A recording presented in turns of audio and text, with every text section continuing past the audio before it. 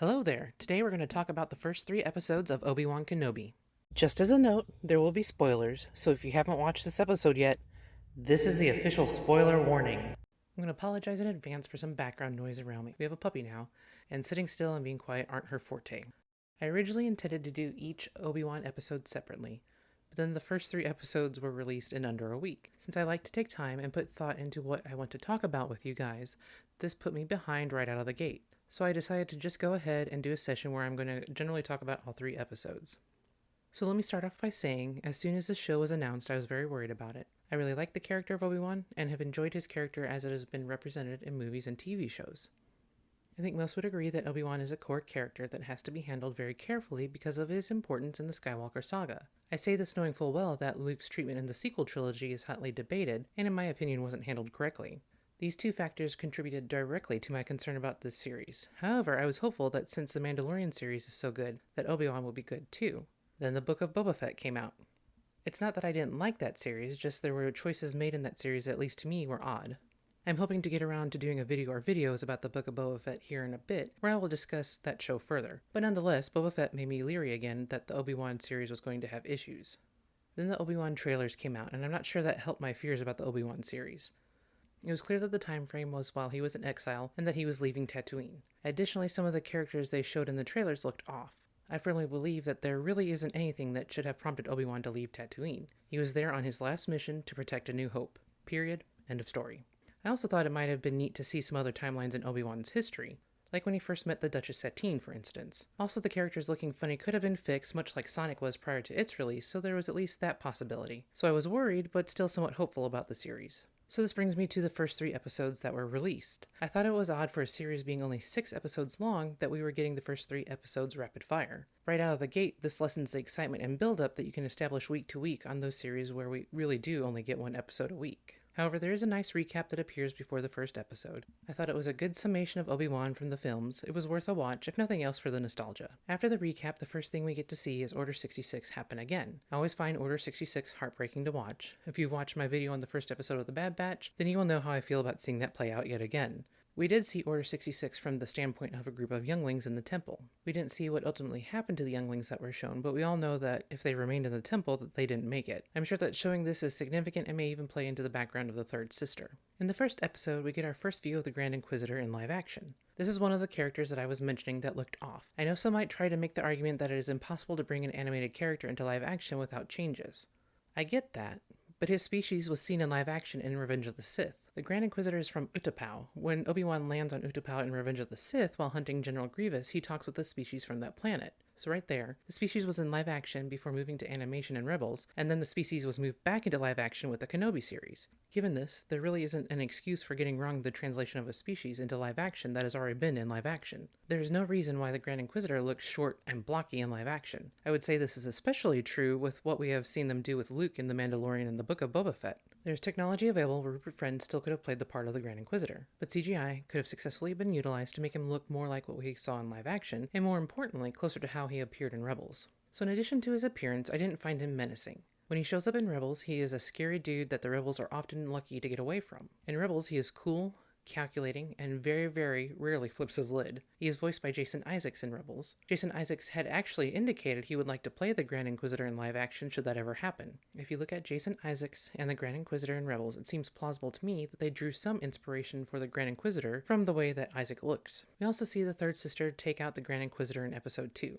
So now that we thought we saw Obi-Wan take out Maul in The Phantom Menace, but Maul came back. So I'm sure something similar is going to happen with the Grand Inquisitor. However, this does present a problem for the third sister, since she has informed people that the Grand Inquisitor is dead. So this means in the short run of the series that the Grand Inquisitor could come back and cause her serious issues. If the Grand Inquisitor doesn't come back, that does a couple of strange things. First, it would most likely break canon. I say most likely because there's always the possibility that they could bring in someone else from Utapau and make that person the Grand Inquisitor that we see in Rebels. While that would be a fix, it would be a very unsatisfying fix because that is lazy storytelling. If they do leave him dead, then they break the canon established in Rebels. Rebels was a series that came out under Disney's Star Wars, but it appears that the canon established in that series will be used in the Ahsoka live-action series, where it looks like they will be trying to locate Thrawn and Ezra. So this is a roundabout way of saying they can't break canon for the Grand Inquisitor in this live-action series, and then expect canon to be upheld in the live-action Ahsoka series. I mean, sure they could, but that would be some terrible storytelling. Moving on. We also see the fifth brother in live action. He again is not menacing and kind of blocky. The fifth brother in Rebels is taller than the Grand Inquisitor, and in Kenobi they're about the same height. When looking up the fifth brother in the StarWars.com databank, it describes him as a big, hulking enforcer. I bring all of this up because the height and size of the fifth brother contributes to his intimidation factor. This again is something that can be corrected with CGI as we see it done all the time in movies and TV shows now. Let's be clear, I'm not trying to disparage the actors themselves.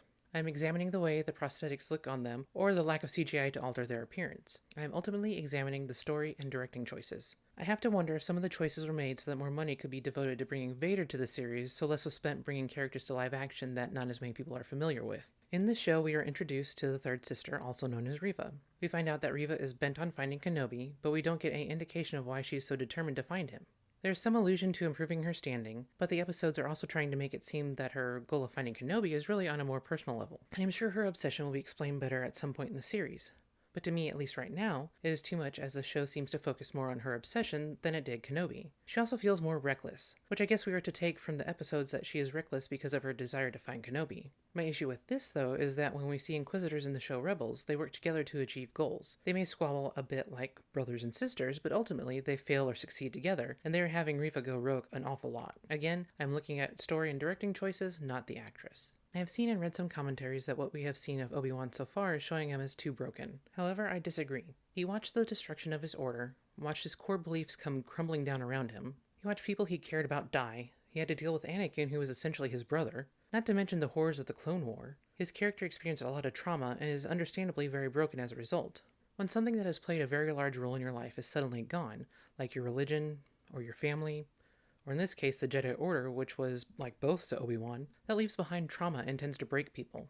How much a person breaks depends on a lot of factors, but simply looking at it from a human societal perspective, the loss can be catastrophic for a person. So no, I disagree. I think he is the right amount of broken so far in the series. Interestingly, it doesn't seem like Obi-Wan has made contact with Qui-Gon yet. This was an assignment given to him by Yoda at the end of Revenge of the Sith. Also, we know that he makes contact, as that is a way of explaining how some Jedi are able to return as Force ghosts. However, at this point, it hasn't happened yet. It is like Obi-Wan has a self-inflicted blockage right now where the Force is concerned. I would say that it is understandable based on what I was just talking about with him being broken. My guess would be that Obi-Wan has to deal with and address his trauma before he will be able to make contact with Qui-Gon and rectify his blockage. We have gotten to meet a young Leia in the show. I know I have seen commentaries about not liking Leia in the series. I thought that she, so far at least, has been played well and is a good amount of sassy Leia, commanding Padme with a touch of Force-sensitive insight. Her robot Lola reminds me of the robots from Batteries Not Included and is adorable. Not gonna lie, I wouldn't mind one for myself. In the first episode, we do see some disagreement about how Luke is to be raised and whether or not he should be trained as a Jedi. I think this tells us that Luke has a lot of people that care about him and tells us they are trying to protect him. We also get to see Obi-Wan buy him a toy. Granted, so far in the series, that toy hasn't made it to him yet, but you know eventually it will as we see Luke playing with it in A New Hope. But I thought it was a sweet gesture on Obi-Wan's part. Aside from what I already mentioned about why I don't think Obi-Wan would have left Luke, we see the Inquisitors show up and single out Owen. They threaten Owen and his family. However, this is extremely concerning, and Owen seems to be singled out due to his feelings betraying him regarding the fact that he has knowledge of the Jedi. This is very dangerous for Luke, and really is another reason why I don't see Obi-Wan leaving Tatooine. Luke was literally just threatened by the Inquisitors. The Inquisitors don't realize that they just threatened a Skywalker, but the point is, Luke has been threatened now, and the third sister has Owen's name. That being said, the only possible reason I can see Obi-Wan leaving Tatooine would be because of Leia. I'm still not thrilled about it, though. We get to see Obi-Wan playing detective again, and get a view of another world and some new characters as a result of Obi-Wan trying to track down Leia. I did like Haja, and hope that we get to see him again. Since the third sister left him alive, I'm assuming that's the case. Also, I'm not going to say much on Reva's unnecessarily long parkour scenes, other than they were long, unnecessary, and didn't make sense even within the physics of Star Wars and the Force. In Obi-Wan Episode 2, there are a few things that I think present some large problems.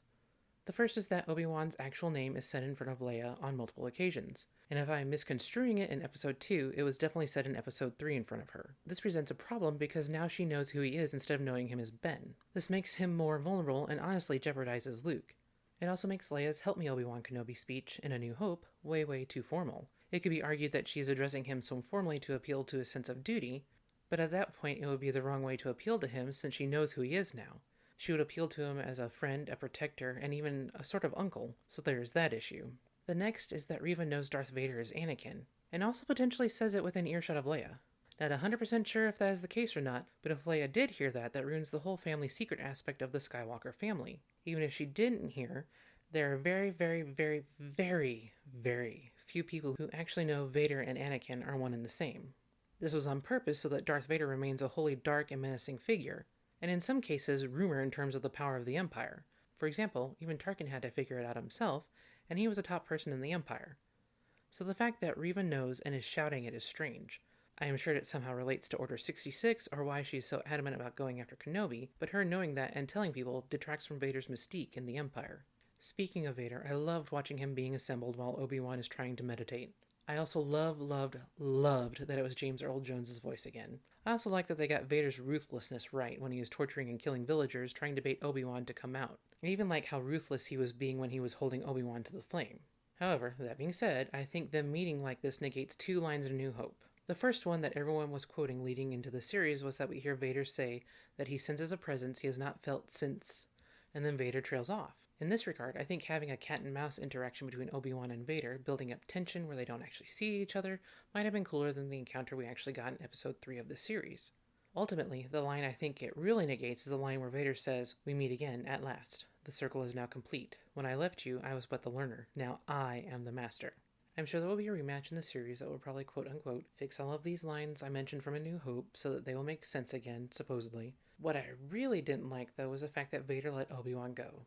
There are some stories and some characters that their conflict is so intense, and it is such that the next time they meet, they will kill each other. In this case, I think it's Vader's pride and his hatred for Obi-Wan that should have ensured that only one of them walked away from their next meeting.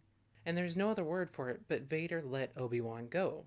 Not because he was afraid of the fire, which I've seen some commentaries put forth, because if he was afraid of the fire, he wouldn't have started the fire in the first place, and he wouldn't live on Mustafar. Vader let Obi-Wan go. I know that story-wise, it is so they can have one more battle after Obi-Wan has cleared his force blockage, but still, Vader is not known for letting people go. Anyone that has escaped Vader has done so by the razor thinnest of margins. Vader doesn't let someone go. They are captured, or they are killed. Period. End of story. Ultimately, the danger with this series is that much like the sequel trilogy, they are playing in the sandbox of the original canon with beloved Star Wars characters. This can become dangerous, as little things can very easily break canon. This is important because you have 40 plus years of Star Wars fans that love this universe and want to see it handled with the same amount of care and love that they have for this universe. If that same level of love and care is not there, the fans will recognize it, and the fans will reject it. This doesn't make them haters or any of the negative things that they have been called by Lucasfilm. It simply means they want a good story, and they want it done well. I know I've seen the posts coming out about people not liking Reva, and granted, the internet is a place where people can say some pretty nasty things. But if you look at what the majority of the fans are saying about Reva, is that they have loved the actress in other things, that she didn't seem quite right in this role. Either it was the writing, directing, or both, but it wasn't clicking for some of the viewers. There's nothing wrong with that train of thought. It's not fans not liking her because the story has a female playing a bad guy, it's because for whatever reason the story is not there to make this character come off as a finessed bad guy. For those that have watched Clone Wars, Asajj Ventress is a great female bad guy. She has a finessed backstory, and it is such a story that the audience can actually feel a measure of sympathy for this bad guy. There are other examples of female bad guys in Star Wars, but that is the first one that came to mind. I also don't think the current people in charge at Lucasfilm are doing a good job of handling criticisms of the property. I know Hayden Christensen came out recently and said that he understood why the fandom is the way it is, because at this point the characters are almost public domain, so that everyone feels the characters belong to them. If Lucasfilm could understand this too, it might go a long way towards making better stories and understanding where fans are coming from. I really hate that Lucasfilm automatically says that because a portion of the fandom doesn't like the character, that they must be racist or hate women. Again, I know there are bad apples out there, but in order to put out a good story, they should take the time to really understand why the fandom is reacting the way they are to a character. I know I personally hate to be told I should like a character because they are female. First, that will make me less likely to like that character. Secondly, you're telling me how to think, which again, will make me less likely to like that character. And third, I'm going to like a character that I can form an emotional attachment to regardless of race or gender. I love Darth Vader, I love Kanan Jarrus, I love Ahsoka, I love Hondo Ohnaka, I love Asajj Ventress, I love Sabine Wren, I love Hera Syndulla. I could go on, but these are well-written characters that I feel an affinity for, so I'm invested in their stories. So all of this to say is that there are some great ideas here in the Obi-Wan Kenobi series, but the finesse in the storytelling and character development right now is lacking. I am hopeful that further on in the series we'll get more information that will transform opinions, but we will just have to wait and see. Alright, so here are my questions for y'all about the first 3 episodes. How do you feel about Obi-Wan leaving Tatooine? Are there any other character cameos you're hoping to see in this series? What did you think about the first rematch between Darth Vader and Obi-Wan? Also, I would love to use these videos to showcase fan art. If you have any you would like for me to include in the videos, please send it over and I will do my best to include it. Well, I think that is about it for this entry. So I just wanted to say that I hope you have a great day and may the Force be with you.